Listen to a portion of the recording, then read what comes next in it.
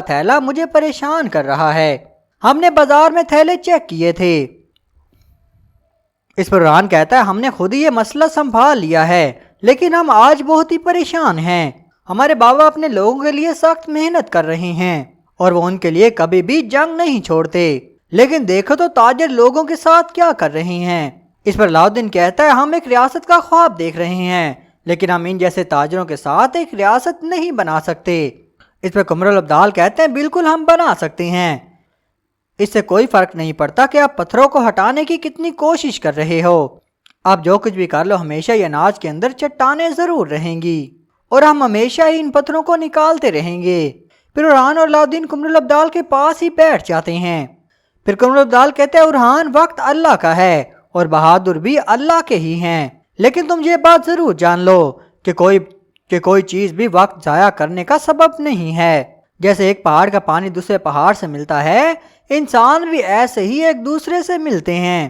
آپ لوگ قابیل کے بارے میں سوچو، جب بھی اس نے کسی کی مدد کی اس نے اپنا سب سے برا مال دیا، اور دوسری طرف اس کا بھائی حابیل تھا جس نے ہمیشہ ہی سب سے اچھا مال دیا۔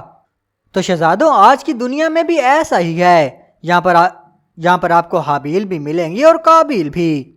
اس پر عمران کہتا ہے قمر الابدال آپ بالکل ٹھیک کہہ رہے ہو، لیکن یہ بات مجھے بہت ہی پریشان کر رہی ہے۔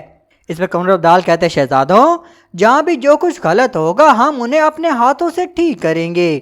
اگر ہم اپنے ہاتھوں سے ٹھیک نہ کر سکے تو ہم اپنے الفاظ سے، اگر الفاظوں سے بھی کوئی فائدہ نہ ہوا تو ہم اس بری چیز کو اپنے دل میں برا کہیں گے۔ اس پر علاؤالدین کہتا ہے اللہ کا شکر ہے قمر الابدال، اس کے لیے تو ہمارے ہاتھ ہی کافی ہیں۔ اس کے بعد ہم فاطمہ کو دیکھیں گے جو حلیمہ کو اٹھا کر قبیلے جانے کی نیت سے حویلی کے صحن میں آ جاتی ہے، اور وہ اسی گھوڑا گاڑی کے پاس آ جاتی ہے جس گھوڑا گاڑی نے قبیلے جانا تھا۔ پھر وہ ساتھ ہی حلیمہ کو پہلے لٹا دیتی ہے اور گھوڑا گاڑی کے پاس جا کر اپنے شوز کو پہلے گھوڑا گاڑی میں رکھ دیتی ہے، اور جیسے واپس جا کر وہ حلیمہ کو بھی اٹھانے لگتی ہے تو پیچھے سے اسے الگن خاتون کی آواز آتی ہے جو فاطمہ کو ہی پکار رہی تھی۔ الگن خاتون کی آواز سن کر فاطمہ فوراً ہی گھوڑا گاڑی میں چھپ جاتی ہے اور حلیمہ کو وہیں پر چھوڑ دیتی ہے۔ الگن خاتون کو فاطمہ تو کہیں نظر نہیں آتی، لیکن وہ حلیمہ کو دیکھ لیتی ہے اور اسے اٹھا لیتی ہے۔ اس دوران ہم دیکھتے ہیں کہ ایک سپاہی بھاگتا ہوا مالون خاتون کو پکارتا ہوا وہیں پر آ جاتا ہے۔ اس کی آواز سن کر مالون خاتون بھی باہر آ جاتی ہیں اور کہتے ہیں سپاہی کیا ہوا ہے؟ تو سپاہی بتاتا ہے مالون خاتون برہان ال پر گھات لگا کر حملہ کیا گیا ہے۔ تو پھر وہ سپاہی کبوتر کے ذریعے آیا ہوا پیغام مالون خاتون کو دے دیتا ہے۔ پھر مالون خاتون کہتی سپاہیوں گھوڑوں کو تیار کرو اور تلواریں لے آؤ، ہم برہان کو بچانے جا رہے ہیں۔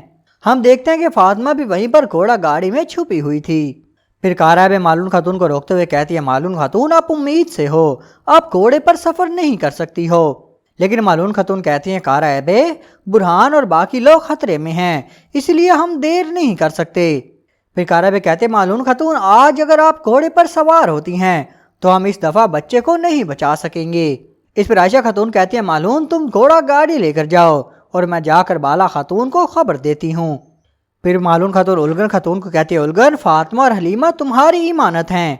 پھر مالون خاتون وہی گھوڑا گاڑی لے کر برہان کے پیچھے چلی جاتی ہیں جس گھوڑا گاڑی میں فاطمہ چھپی ہوئی تھی۔ دوسری طرف ہم جنگل میں دیکھیں گے جہاں پر برہان، اشرق الخاتون اور باقی تمام کائی سپاہی بڑے جارحانہ طریقے سے نعمان کے سپاہیوں سے لڑ رہے تھے۔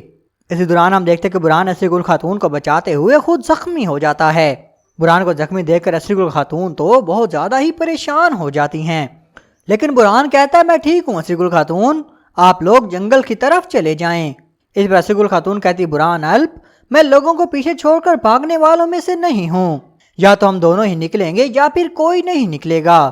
اس طرح وہ دونوں ہی نعمان کے سپاہیوں کے ساتھ لڑنا شروع کر دیتے ہیں اور تھوڑی دیر تک لڑائی جاری رہتی ہے۔ اس دوران ہم دیکھتے کہ مالون خاتون بھی گھوڑا گاڑی پر سوار اپنے سپاہیوں کو لے کر وہیں پر پہنچ چکی تھیں۔ مالون خاتون کہتی ہے ہم آ گئے ہیں برہان۔ مالون خاتون کو دیکھ کر برہان بہت ہی خوش ہو جاتا ہے۔ پھر مالون خاتون کے کہنے پر باقی تمام سپاہی بھی منگولوں پر حملہ کر دیتے ہیں۔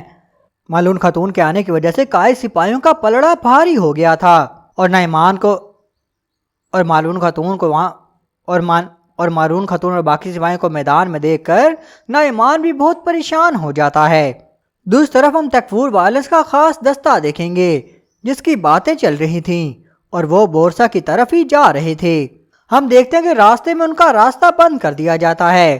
ہمیں پتہ چلتا ہے کہ عثمان صاحب نے ان پر گھات لگائی تھی۔ پھر بہت سارے قائی سپاہی وہاں سے نکل آتے ہیں اور نیزوں اور